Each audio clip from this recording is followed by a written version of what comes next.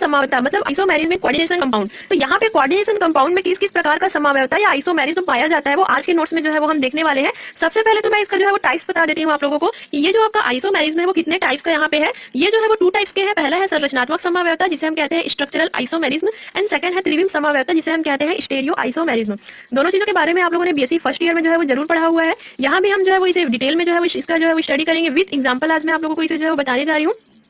सबसे पहले हम ये देख लेते हैं कि ये जो आपका स्ट्रक्चरल आइसोमेरिज्म है वो कितने टाइप का होता है। उसके बाद हम देखेंगे कि जो स्टेरियो आइसोमेरिज्म है वो कितने टाइप का है। पहला तो हम स्ट्रक्चरल आइसोमेरिज्म का जो है वो देख लेते हैं। पहला टाइप है आपका आयनन समावयवता जिसे हम कहते हैं आयोनाइजेशन आइसोमेरिज्म। आगे मैं आप लोगों को इसका डिटेल भी जो है वो बताऊंगी। सेकंड है आप लोगों का हाइड्रेट समावयवता जिसे हम कहते हैं हाइड्रेट आइसोमेरिज्म। तीसरा है आपका बहुलीकरण समावयवता जिसे हम कहते हैं पॉलीमराइजेशन आइसोमेरिज्म। चौथा है आपका उपसह संयोजन समावयवता जिसे हम कहते हैं कोऑर्डिनेशन आइसोमेरिज्म। पांचवा है आपका लिगेंड समावयवता जिसे हम कहते हैं लिगेंड आइसोमेरिज्म एंड लास्ट छठवा है आपका लिंकेज समावयवता जिसे हम कहते हैं लिंकेज आइसोमेरिज्म। तो एग्जाम में कभी ये होता है कि आपको लॉन्ग टाइप क्वेश्चन में ये जो है वो पूछा जाता है, लेकिन कभी कभी जो है वो आपको शॉर्ट टाइप में भी पूछे जा सकते हैं। मीन शॉर्ट टाइप में कहने का मतलब है कि कभी आपको केवल आयनन समावयवता पूछ सकते हैं या केवल कभी आपको बहुलीकरण समावयवता पूछ सकते हैं। तो जरूरी ये है कि हम सारी चीजों को जो है वो डिटेल में यहाँ पे जानेंगे विद एग्जाम्पल यहाँ पे जो है वो समझेंगे। अब देखते हैं त्रिविम समावयवता जिसे हम कहते हैं स्टेरियो आइसोमेरिज्म। तो ये जो है वो 2 प्रकार के होते हैं। पहला ज्यामिति समावयवता जिसे हम कहते हैं जियोमेट्रिकल आइसोमेरिज्म एंड सेकंड है प्रकाशिक समावयवता जिसे हम कहते हैं ऑप्टिकल आइसोमेरिज्म। तो सारे आइसोमेरिज्म को हम एक एक करके जो है वो समझते हैं। इसके अलावा इस चैप्टर के सारे नोट्स आप लोगों को मेरे चैनल में मिल जाएंगे, तो चेक जरूर करें। तो चलिए आज का टॉपिक हम स्टार्ट करते हैं।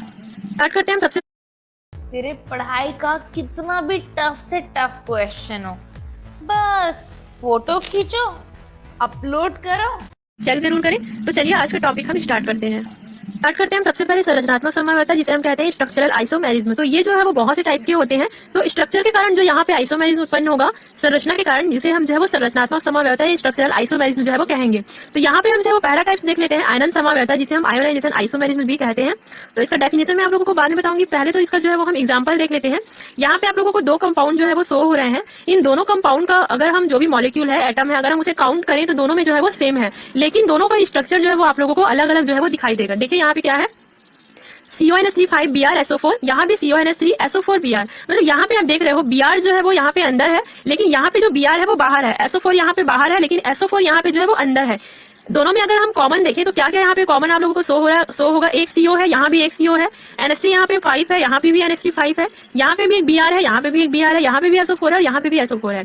कहने का मतलब है इनका अगर हम काउंट देखें, अगर हम इनका मूलानुपाती सूत्र देखें, फॉर्मूला देखें, तो दोनों का जो फॉर्मूला है वो सेम है, लेकिन अगर हम इसके स्ट्रक्चर को देखें तो दोनों का स्ट्रक्चर जो है वो अलग अलग है। अगर यह विलियन मतलब यहाँ पे ये भी कहा जा रहा है यह विलियन में SO4 2 माइनस आयन जो है वो देता है। मतलब ये वाले कंपाउंड की अगर हम बात करें तो अगर हम इसका जो है वो विलियन में इसका अगर हम आयन देखें तो यह विलियन में SO4 2 माइनस आयन जो है वो देता है, जबकि ये वाला जो आपका कंपाउंड है वो Br माइनस आयन जो है वो देता है। तो यहाँ पे आप लोगों ने क्या समझा, दोनों का फॉर्मूला तो जो है वो सेम है, लेकिन इनका आयन जो है वो अगर हम इसका जली विलियन में अगर हम इसका आयन करते हैं तो दोनों जो है वो अलग अलग प्रकार के जो है वो आयन दे रहे हैं। तो ये क्या है आपका आयोनाइजेशन आइसोमेरिज्म। इसका डेफिनेशन एक बार मैं आप लोगों को पढ़ के बताती हूँ। ऐसे यौगिक जिनका मूलानुपाती सूत्र जो एक ही होता है, मतलब अगर हम इसका फॉर्मूला देखें, मूलानुपाती सूत्र देखें, तो दोनों का सूत्र तो जो है वो समान है, किंतु जो विलियन में आयन के पश्चात भिन्न भिन्न आयन देते हैं, लेकिन ये अगर विलियन में अगर हम इसका आयन देखें तो ये अलग अलग प्रकार के आयन जो है वो हमें जो है वो देते हैं।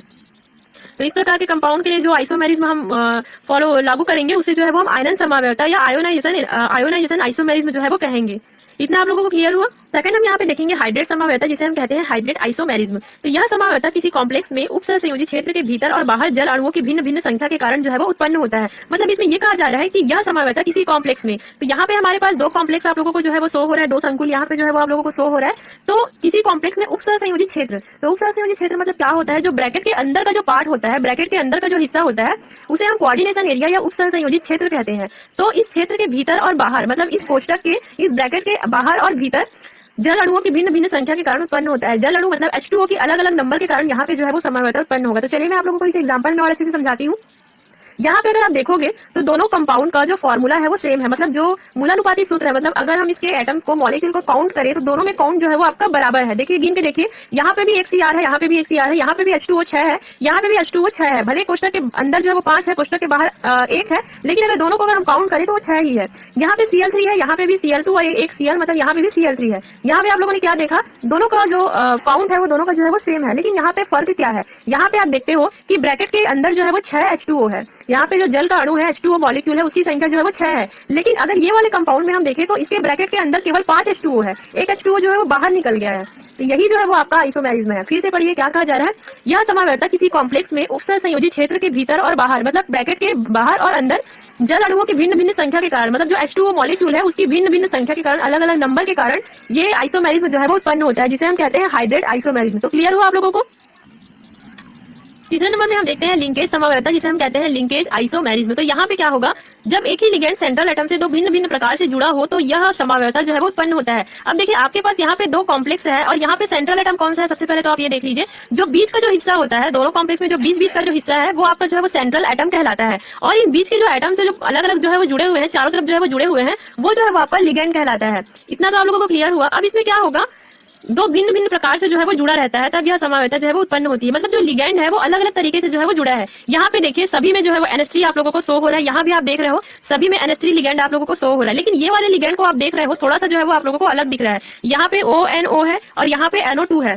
दोनों का अगर हम काउंट देखें तो दोनों का काउंट जो है वो सेम है। यहाँ पे भी NO2 है और यहाँ पे भी NO2 है। लेकिन अगर हम इसका जो स्ट्रक्चर देखें, ये ONO है और ये जो है वो NO2 है। मतलब यहाँ पे जो आपका लिगेंड है वो इस सेंट्रल एटम से O के थ्रू जो है वो जुड़ा हुआ है, ऑक्सीजन के थ्रू जो है वो यहाँ से जुड़ा हुआ है। लेकिन अगर हम इस वाले कॉम्प्लेक्स में देखें तो ये जो है वो N के थ्रू जो है वो इस सेंट्रल एटम से जो है वो जुड़ा हुआ है। तो इसके कारण जो भी यहाँ पे आइसोमेरिज्म जो है वो उत्पन्न होगा उसे हम जो है वो लिंकेज आइसोमेरिज्म कहेंगे। लिंक मतलब आप क्या समझते हो, लिंक मतलब कैसे जुड़ा हुआ है वो इस सेंट्रल एटम से। इस सेंट्रल एटम से जो लिगेंड है वो किस टाइप से जुड़ा हुआ है उसके अकॉर्डिंग जो भी यहाँ पे आइसोमेरिज्म उत्पन्न होगा। जब एक ही लिगेंड सेंट्रल एटम से दो भिन्न भिन्न प्रकार से जुड़ा हो, दो अलग अलग प्रकार से जो है वो यहाँ पे जुड़ा है, तो ये समवायता जो है वो उत्पन्न होता है। तो दोनों का फॉर्मूला भी मैं यहाँ पे लिख दी हूँ, आप इसे जो है वो नोट कर लीजिएगा। क्लियर हुआ आप लोगों को लिंकेज समवायता क्या होता है। थोड़ा सा फास्ट बता रही हूँ क्योंकि काफी लंबा टॉपिक है ये।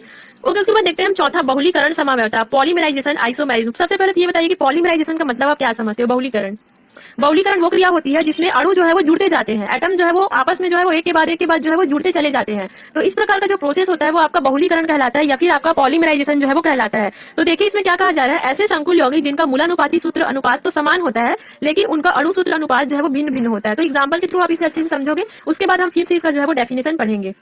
तो एग्जांपल में आप लोगों को दो प्रकार के कंपाउंड शो हो रहे हैं, दोनों में क्या क्या अंतर है पहले तो देख लेते हैं। यहाँ पे आप देख रहे हो PT-NH3-2Cl2, लेकिन अगर हम इसके पॉलीमराइजेशन आइसोमेरिज्म की बात करें तो ये जस्ट इससे जो है वो डबल हो जाएगा। मतलब अगर यहाँ पे एक PT है तो यहाँ पे आप देख रहे हो 2 PT है। यहाँ पे अगर NH3 है तो यहाँ पे NH3 जो है वो 4 है। यहाँ पे Cl2 है तो यहाँ पे Cl जो है वो 4 है। मतलब यहाँ पे इसका पॉलीमराइजेशन हुआ है, अणुओं की संख्या, मॉलिक्यूल की संख्या जो है वो यहाँ पे बढ़ गई है। यहाँ पे जस्ट डबल इसका जो है वो कैलकुलेशन जो है वो हो गया है। अगर हम इसका अनुपात देखें, अगर यहाँ पे हम देखें PT-NH3 और Cl, यहाँ पे भी हम देखेंगे PT-NH3 और Cl। यहाँ पे हम देखते हैं PT का जो संख्या है वो 1 है, NH3 यहाँ पे 2 है और Cl भी यहाँ पे 2 है। और अगर हम इस वाले में देखें तो PT यहाँ पे जो है वो 2 है, 2 PT है, NH3 यहाँ पे 4 है और Cl यहाँ पे 4 है। तो ये जो आपका अनुपात है वो क्या है, इसका जो है वो ये जो है इसका अणुसूत्र अनुपात है। अणुसूत्र अनुपात मतलब यहाँ पे जो अणुसूत्र है उसका जो है ये अनुपात है। अब अगर हम इसका मूलानुपाती सूत्र देखें तो इसका जो मूलानुपाती सूत्र होगा 1:1:2:2 और इसका मूलानुपाती अनुपात होगा, मूलानुपाती सूत्र अनुपात 1:2:2। यहाँ पे आप लोगों ने क्या समझा कि इसका जो अणुसूत्र है वो तो अलग अलग है लेकिन इसका मूलानुपाती जो है वो सेम है। क्लियर हुआ आप लोगों को। ऐसे संकुल यौगिक जिनका मूलानुपाती सूत्र तो जो है वो समान रहता है, ये इसका मूलानुपाती सूत्र अनुपात है वो तो समान है लेकिन उनका अणुसूत्र अनुपात, ये जो उसका अणुसूत्र अनुपात है वो अलग अलग होता है। तो इस प्रकार का जो आपका कंपाउंड होता है वहां पे जो है वो पॉलीमराइजेशन आइसोमेरिज्म जो है वो होता है। इतना आप लोगों को क्लियर हुआ पॉलीमराइजेशन आइसोमेरिज्म जो है वो क्या होता है। तो चलिए अब हम आगे का कुछ टॉपिक जो है वो देख लेते हैं। तो यहाँ पे हम 5वां देख लेते हैं, उपसहसंयोजक समवायता, जिसे हम कहते हैं कोऑर्डिनेशन आइसोमेरिज्म, मतलब उपसहसंयोजक समवायता। ऐसे कॉम्प्लेक्स जिनमें धन आयन एवं ऋण आयन दोनों हो लेकिन धातु आयन जो है वो भिन्न भिन्न हो। अब देखिए धातु आयन मतलब क्या होता है, जो सेंट्रल एटम होता है उसे ही हम जो है वो धातु आयन कहते हैं। इसमें क्या कहा जा रहा है, ऐसे कॉम्प्लेक्स जिसमें धन आयन भी हो और ऋण आयन भी हो। मतलब यहाँ पे आप कॉम्प्लेक्स देख रहे हो, दो कॉम्प्लेक्स आप देख रहे हो, complex number 1 and complex number 2। दोनों कॉम्प्लेक्स में आप देख रहे हो पॉजिटिव चार्ज भी है, निगेटिव चार्ज भी है। यहाँ पे भी पॉजिटिव चार्ज भी है और निगेटिव चार्ज भी है। मतलब ऐसे कॉम्प्लेक्स जिसमें धन आयन ऋण आयन दोनों हो लेकिन धातु आयन जो है वो भिन्न भिन्न हो। अब यहाँ पे देखिए क्या हो रहा है, CuNH3 2 प्लस PtCl4। यहाँ पे लेकिन जस्ट इसके थोड़ा सा अपोजिट है, यहाँ पे Cu की जगह यहाँ पे Cu होना चाहिए लेकिन यहाँ पे जो है वो PT है। यहाँ पे PT है तो यहाँ पे PT होना चाहिए लेकिन यहाँ पे Cu है। कहने का मतलब है कि ये जो आपका सेंट्रल एटम है, मतलब जो धातु आयन है वो भिन्न भिन्न होता है, वो अलग अलग होता है, जस्ट इसके जो है वो अपोजिट होता है। सब चीज यहाँ पे जो है वो सेम है, केवल आपका जो सेंट्रल एटम है धातु आयन है वही जो है वो दोनों में जो है वो थोड़ा सा डिफरेंस है। क्लियर हुआ आप लोगों को। तो इस प्रकार का जो भी आपका आइसोमेरिज्म होगा उसे आप कोऑर्डिनेशन आइसोमेरिज्म जो है वो कहेंगे। अब लास्ट हम यहाँ पे देख लेते हैं लिगेंड समवायता, जिसे हम कहते हैं लिगेंड आइसोमेरिज्म। तो कॉम्प्लेक्स के लिगेंड स्वयं जब समवायता प्रदर्शित करे तो भिन्न भिन्न समावयवी संकुल जो है वो बनते हैं। अब इसमें बहुत ही सिंपल है, सब चीज यहाँ पे सेम है। यहाँ पे जो लिगेंड के जो जुड़ने का जो पोजीशन है वो आप लोग यहाँ पे देखिए, यहाँ पे जो है वो CH3 है, लेकिन यहाँ पे जो है वो CH2 है। यहाँ पे CH3 जो है वो CH से जुड़ा हुआ है, लेकिन ये जो आपका CH2 है वो दोनों CH2 से जो है वो जुड़ा हुआ है। यहाँ पे आपको क्या डिफरेंस नजर आया? दोनों में जो है वो अगर हम काउंट करें तो सब चीज जो है वो सेम है, लेकिन ये जो CH है वो CH2 हो गया है यहाँ पे आके, और ये जो CH3 है वो CH2 हो गया है। मतलब थोड़ा सा यहाँ पे चेंजेस हुआ है। लिगेंड जब यहाँ पे स्वयं समवायवी जो है वो समवायता प्रदर्शित करे तो यहाँ पे भिन्न भिन्न प्रकार के कॉम्प्लेक्स जो है वो बन जाते हैं। तो यहाँ पे थोड़ा सा लिगेंड के कारण जो है वो समवायता जो है वो उत्पन्न हुआ है। तो इस प्रकार का जो आइसोमेरिज्म होगा उसे हम लिगेंड आइसोमेरिज्म जो है वो कहेंगे। बात करेंगे त्रिविम समवायता, जिसे हम कहते हैं स्टेरियो आइसोमेरिज्म। तो यहाँ पे क्या कहा जा रहा है, वह समवायता जो धातु संकुल में त्रिविम में लिगेंड की विभिन्न व्यवस्थाओं के कारण उत्पन्न होती है उसे त्रिविम समवायता कहते हैं। मतलब इसमें ये कहा जा रहा है जैसे कि आपके पास कोई कॉम्प्लेक्स है तो उस कॉम्प्लेक्स में जो लिगेंड है उसके अलग अलग व्यवस्था के कारण, मतलब जो आपका लिगेंड है उसका पोजीशन कैसा है, उसका अरेंजमेंट कैसा है, उसके कारण जो भी आइसोमेरिज्म उत्पन्न होगा उसे हम जो है वो स्टेरियो आइसोमेरिज्म जो है वो कहेंगे। तो ये जो है वो दो प्रकार का होता है। पहला प्रकार हम यहाँ पे देख लेते हैं ज्यामिति या सीस ट्रांस समवायता, जिसे हम कहते हैं जियोमेट्रिकल और सीस ट्रांस आइसोमेरिज्म। यहाँ पे मैं आप लोगों को डायरेक्ट स्ट्रक्चर दिखा रही हूँ। स्ट्रक्चर में देखना आप लोग क्या क्या डिफरेंस है। यहाँ पे आप देख रहे हो Cl NH3 NH3 Cl जो है वो जुड़ा हुआ है Pt से, और यहाँ भी जो है वो Cl Cl NH3 NH3 जो है वो जुड़ा हुआ है। सेम लग रहा है इसका जो अगर हम काउंट करें तो सब चीज यहाँ पे सेम है, लेकिन हम यहाँ पे देखते हैं जो लिगेंड है उसका पोजीशन जो है वो अलग अलग है। यहाँ पे Cl है लेकिन यहाँ पे NH3 है, यहाँ पे भी Cl होना चाहिए लेकिन यहाँ पे जो है वो NH3 है, यहाँ पे NH3 है लेकिन यहाँ पे Cl है। कहने का मतलब है कि अगर आप एक साइड देखो तो दोनों तरफ Cl है, लेकिन अगर आप इस वाले में देखो तो इसमें पहले NH3 है उसके बाद जो है वो Cl है। इस तरफ आप देखो तो दोनों जो है वो सेम है, लेकिन यहाँ पे अगर आप देखोगे तो एक तरफ जो है वो Cl है और दूसरी तरफ जो है वो NH3 है।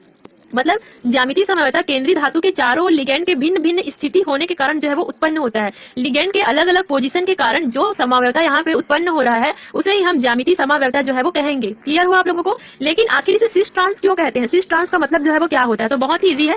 सिस आइसोमेरिज्म में क्या होता है, दो समान लिगेंड जो है वो 90 अंश के कोण पर स्थित हो। दो समान लिगेंड मतलब यहाँ पे आप देख रहे हो Cl और Cl दोनों यहाँ पे समान है, Cl Cl, तो इन दोनों के बीच का एंगल कितना है? 90 एंगल है। लेकिन अगर आप यहाँ पे Cl Cl को देखोगे तो इन दोनों के बीच का एंगल जो है वो 180 एंगल है, मतलब 180 अंश का जो है वो कोण बनते हैं। सेम यहाँ पे भी आप देख लो NH3 NH3 को अगर आप देखोगे तो 90 अंश का कोण बनेगा, लेकिन अगर आप इसमें NH3 NH3 को देखोगे तो 180 अंश का जो है वो कोण बनेगा।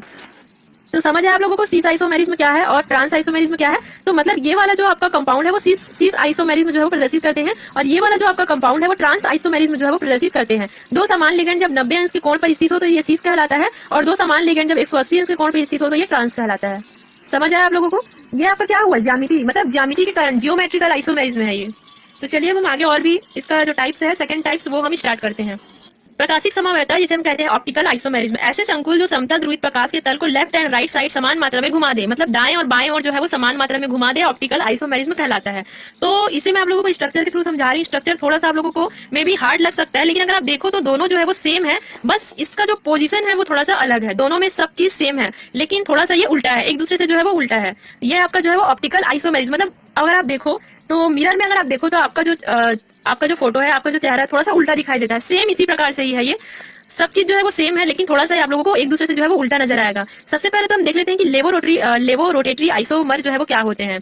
जो समव्यवी ध्रुवित प्रकाश के तल को क्लॉकवाइज घुमाता है उसे डेक्स्ट्रो रोटेटरी कहते हैं, और जो तल बाईं ओर घुमाता है उसे लेवो रोटेटरी कहते हैं। मतलब अगर जो क्लॉकवाइज घुमाता है उसे हम जो है वो डेक्स्ट्रो रोटेटरी कहेंगे, और जो एंटी क्लॉकवाइज घुमाएगा उसे हम जो है वो लेवो रोटेटरी जो है वो कहेंगे। तो स्ट्रक्चर में आप देखो, जो आपका क्लॉकवाइज दिख रहा है, जो क्लॉकवाइज जो है वो घूम रहा है, मतलब जैसे इस प्रकार से ये क्लॉकवाइज जो है वो रोटेट हो रहा है, तो ये आपका डेक्स्ट्रो रोटेटरी आइसोमर कहलाएगा, और अगर एंटी क्लॉकवाइज हो रहा है तो ये लेवो रोटेटरी आइसोमर जो है वो कहलाएगा। क्लियर हुआ आप लोगों को? तो ये है इसका ऑप्टिकल आइसोमेरिज्म। अगर आप इसे और डिटेल में जानना चाहते हो तो फर्स्ट ईयर का नोट्स आप